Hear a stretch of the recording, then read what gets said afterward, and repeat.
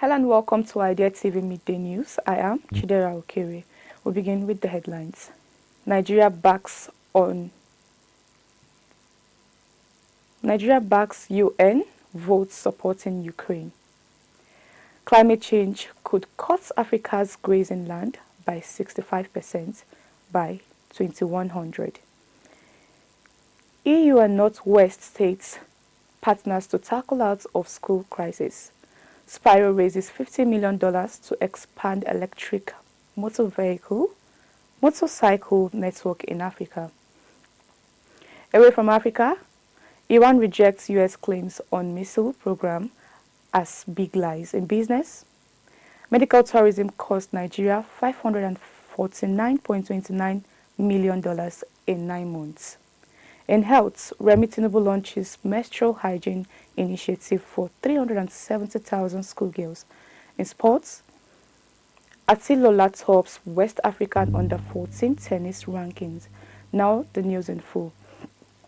Nigeria has joined 106 other countries in voting for a United Nations General Assembly resolution supporting Ukraine 4 years after Russia's invasion began on 24th February 2022. The resolution was adopted on Tuesday during an emergency special lesson. The measure calls for an immediate and unconditional ceasefire, the exchange of prisoners of war, and the return of civilians, including children, forcibly transferred. It also reaffirms Ukraine's sovereignty and territorial integrity within its internationally recognized borders.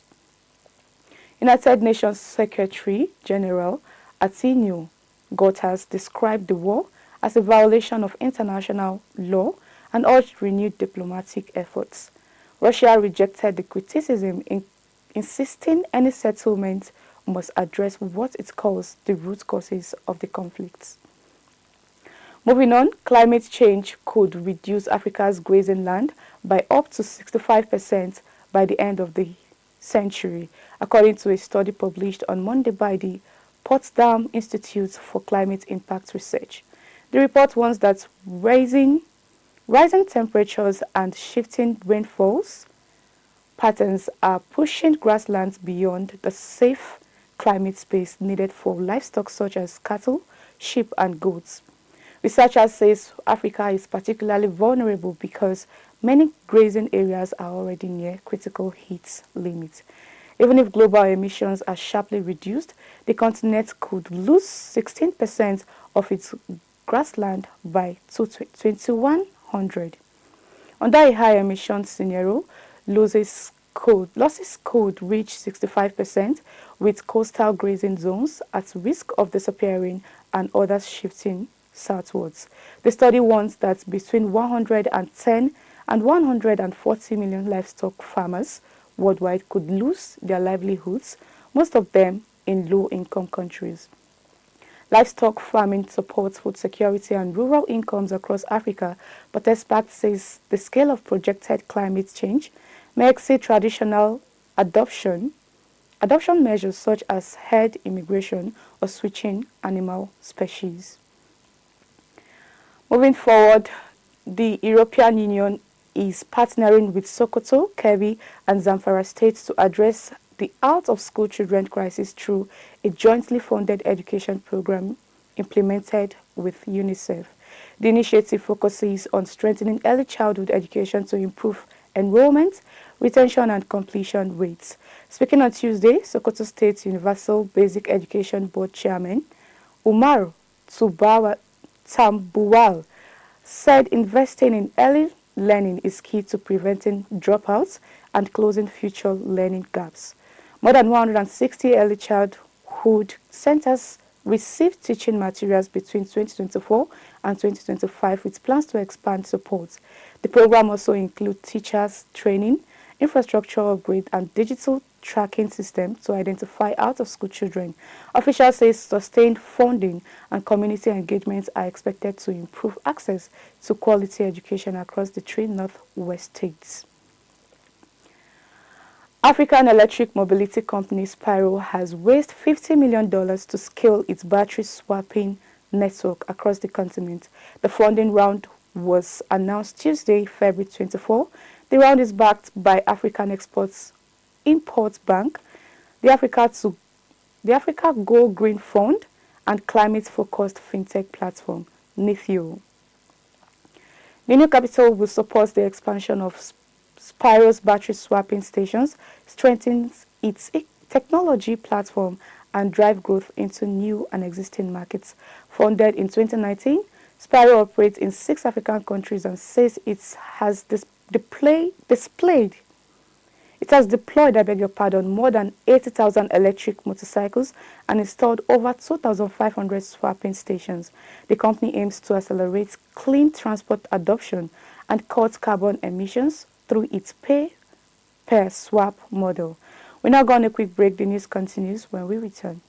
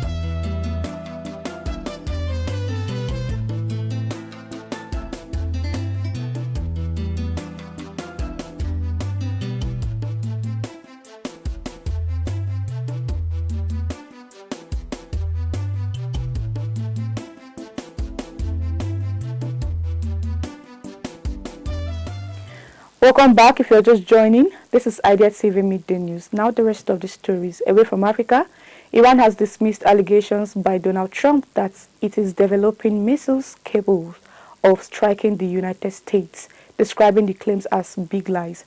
Iran's foreign ministry spokesperson Ismail Baqi said the accusations regarding Tehran's nuclear program, ballistic missiles, and reported casualties from January's unrest were false.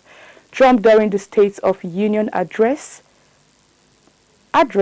insisted Iran would never be allowed to build a nuclear weapon and claimed the country was pursuing sinister nuclear ambitions. Iran has consistently denied seeking nuclear weapons, maintaining that its nuclear activities are for peaceful purposes. The dispute comes amid continued tensions over the war in Ukraine and broader Middle East security concerns, with both nations standing firm on their positions. Moving on to business news now, the federal government is facing criticisms after Nigerians spent $549.29 million on medical treatment abroad in the first 9 months of 2025. Central bank data shows this is a 17.96% increase from $465.67 million recorded in the same period in 2024. Health experts says the surge reflects declining confidence in local hospitals, citing poor infrastructure, equipment shortages, and prolonged strikes. They argue that despite government promises to reduce outbound medical travel, many patients still seek specialized care overseas. Officials, including Health Minister Mohammed Ali Pate, have pledged reforms to strengthen domestic health care. However, analysts warn that rising foreign exchange outflows continue to strain Nigeria's reserve and highlight persistent gaps in the healthcare system. In health news, Nigeria's First Lady REMI Tinubu has launched the Flow with Confidence sanitary pad initiative aimed at improving menstrual health among schoolgirls nationwide. The program was unveiled on Tuesday in Umuahia, the Abia State capital, and is designed to ensure that no girl misses school because she cannot afford sanitary products. Under the scheme, 370,000 schoolgirls in rural communities will receive a one-year supply of disposable sanitary pads with 10,000 packs allocated to each state. Mrs. Tinubu, represented by Abia State's First Lady Priscilla Oti, said the initiative promotes dignity, confidence, and reproductive health. Officials say the invention The intervention targets menstrual poverty and supports school attendance, particularly in underserved areas. Health and education authorities in Abia State have pledged to oversee distribution and strengthen awareness on safe menstrual hygiene practices. And finally, in sports, Nigeria's rising tennis star, Mofifonuoluwa ATILOLA, has climbed to #1 in the West African Under-14 rankings following a standout performance at the ITF/CAT Africa Junior Tennis Championship in Algeria. The 12-year-old secured the top regional spot after winning the first leg of the tournament.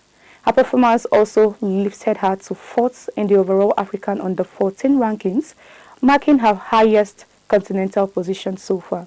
She reached the semi-finals in the second leg and finished 4th overall. ATILOLA, who began competing regularly on the African Junior circuit last year, continues a steady rise through strong performances in international junior events. Her latest achievement strengthens Nigeria's presence on the continental junior tennis stage. And that's all we have for you today on Idea TV Midday News. But before we go, here is the recap of the headlines. Nigeria backs United Nations votes supporting Ukraine. Climate change could cut Africa's grazing land by 65% by 2100. EU and Northwest states partners to tackle out-of-school crisis. SPIRO raises $50 million to expand electric motorcycle network in Africa. Away from Africa, Iran rejects US claims on missile program as big lies. In business, medical tourism cost Nigeria $549.29 million in 9 months. And in health, REMI Tinubu launches menstrual hygiene initiative for 370,000 schoolgirls. And finally, in sports, ATILOLA tops West African Under-14 tennis rankings. Do not forget to follow us across all social media platforms at Idea Television. I am Chidera Okere. Thank you for watching.